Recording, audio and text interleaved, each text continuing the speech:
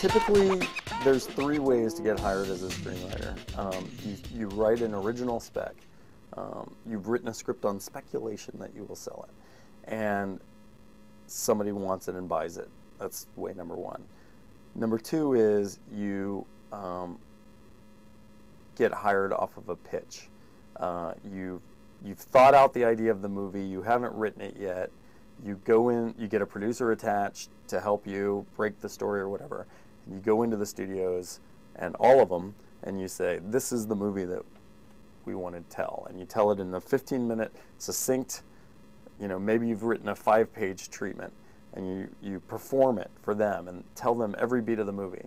You pretty much can't sell a pitch like that unless you've sold a spec, because they want to be able to say, okay, I've read this guy's writing.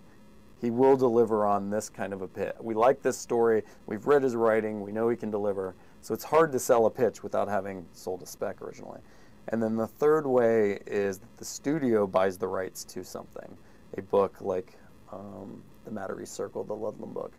And then they say to the agents all over town, we are now entertaining pitches on the Mattery Circle is a little different situation, but we're now going to listen. So then 10 writers may come in and they're all competing against each other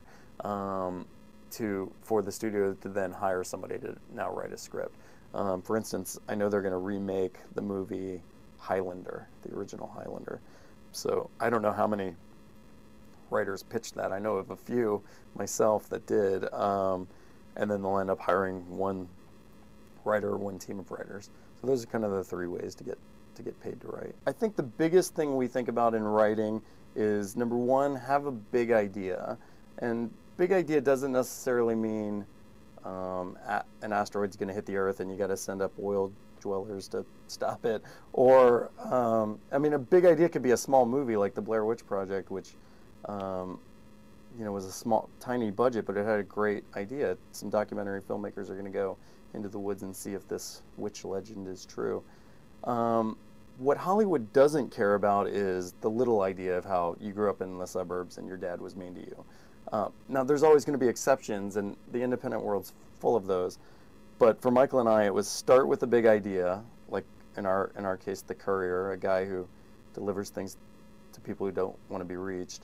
And then we just write with a sense of pace that, and I think Michael's editing background really helps, where we just want you flipping those pages.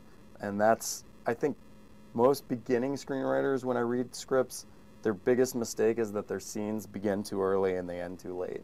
And so they just stretch out things because they feel like, I've got to show the guy, turn on the light switch and come into the room, when you don't. You just need to, every scene should just be moving forward. That's what we try to do.